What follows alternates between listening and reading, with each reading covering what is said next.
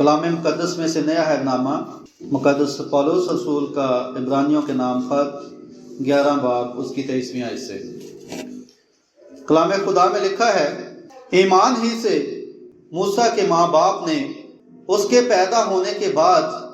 3 مہینے تک اس کو چھپائے رکھا، کیونکہ انہوں نے دیکھا کہ بچہ خوبصورت ہے اور وہ بادشاہ کے حکم سے نہ ڈرے۔ ایمان ہی سے موسیٰ نے بڑے ہو کر فرعون کی بیٹی کا بیٹا کہلانے سے انکار کیا، اس لیے کہ اس نے گناہ کا چند روزہ لطف اٹھانے کی نسبت خدا کی امت کے ساتھ بدسلوکی برداشت کرنا زیادہ پسند کیا، اور مسیح کے لیے لان تان اٹھانے کو مصر کے خزانوں سے بڑی دولت جانا، کیونکہ اس کی نگاہ اجر پانے پر تھی۔ ایمان ہی سے اس نے بادشاہ کے قہر کا خوف نہ کر کے مصر کو چھوڑ دیا، اس لیے کہ وہ اندیکھے کو گویا دیکھ کر ثابت قدم رہا۔ کلام مقدس کے پڑھے اور سنے جانے پر خداوند کی برکت ہو۔ تشریف رکھیے اور ہم اپنے سر کو خداوند کی حضوری میں جھکائیں گے، رابطہ کریں گے اس مصنف سے جو اس کتاب کا لکھوانے والا ہے، کیونکہ جو کتاب کا لکھنے والا ہوتا ہے وہ بہتر طور سے جانتا ہے کہ اس نے کس لحاظ سے چیزوں کو لکھوایا ہے، اس کا ان کے پیچھے کیا مقصد ہے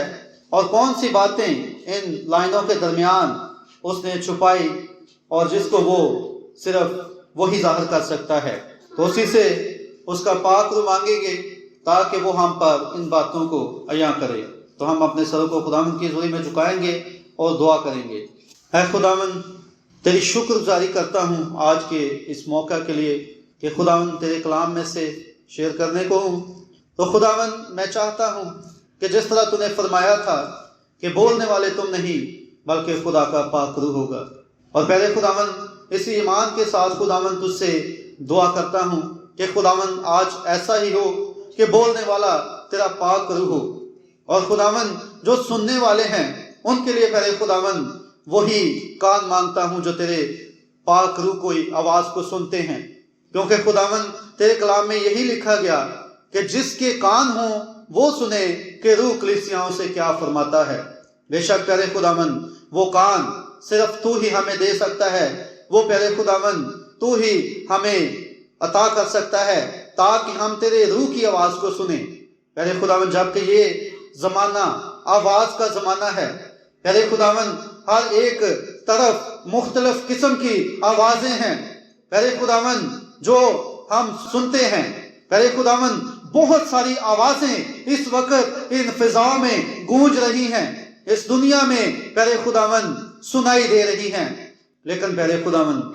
تیرے کلام میں لکھا ہے کہ اگر ترہی کی آواز صاف نہ ہو تو کون جنگ کے لیے نکلے گا۔ پہلے خداوند اتنی ساری آوازوں کے درمیان خداوند ہمیں اس ترہی کو سننا ہے جو تیرے پاک کلام کی ترہی ہے، جو ہمیں جنگ کے لیے تیار کرتی ہے، کیونکہ خداوند اس وقت ہم ایک میدان جنگ میں ہیں۔ پہلے خداوند اتنا کبھی شیطان اپنے آپ کو ایڈوانس نہیں کر پایا جتنا اس زمانے میں وہ ایڈوانس کر چکا ہے خداوند، کیونکہ خداوند اس زمانے کے لیے تیرا پاک کلام کہتا ہے کہ اگر ممکن ہو تو برگزیدہ بھی گمراہ ہو جائیں۔ ارے خداوند، یہ تو نے اس مماثلت کی،